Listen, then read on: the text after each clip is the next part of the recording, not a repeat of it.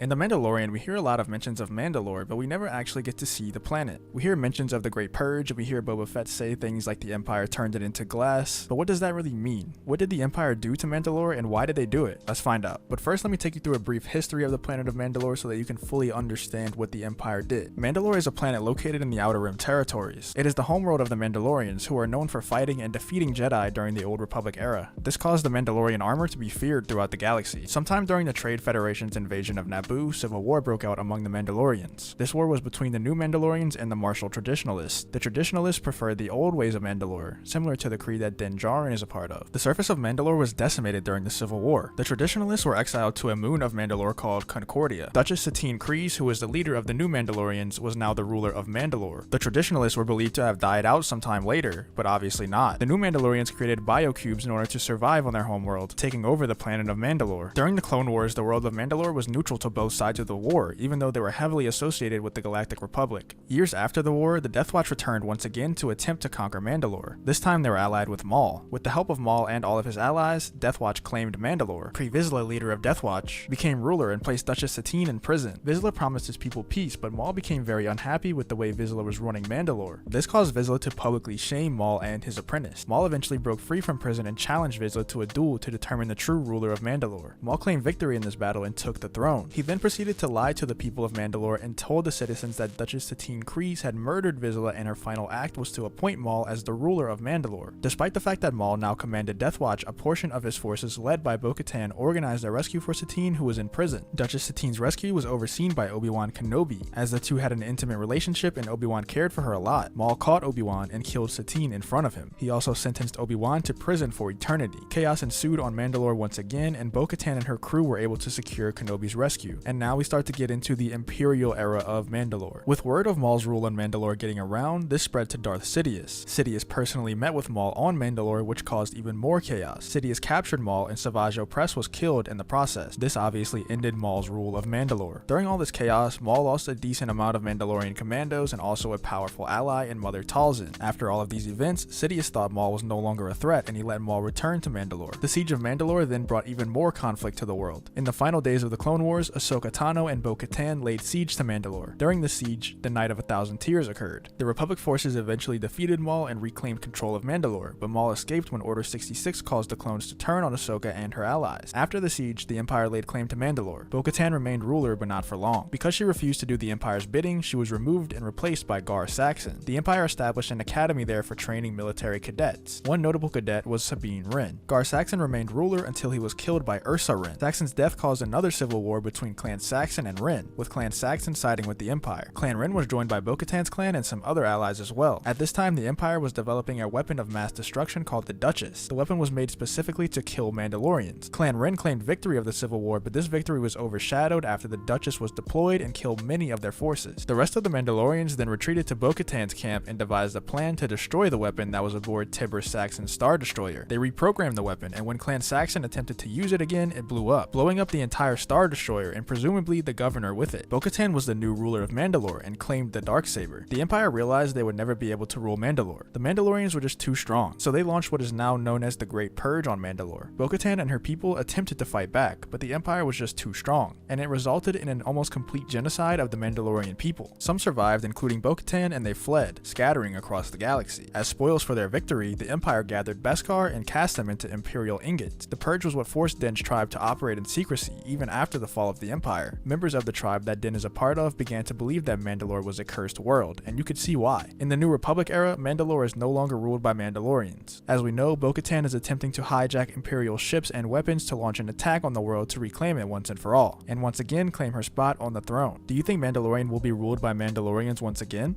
And if so, do you think it will be Bo-Katan? Do you think it will be Din or someone else? Let me know in the comments. But thank you for watching the video. If you did enjoy this video, make sure you leave a like on the video. If you want to see more videos just like this one, make sure you subscribe to the channel. Also, if you want to be a part of the community and participate in viewer call-ins, make sure you join the Discord. The link will be in the description. But other than that, thank you for watching the video, and I hope to see you on the next one.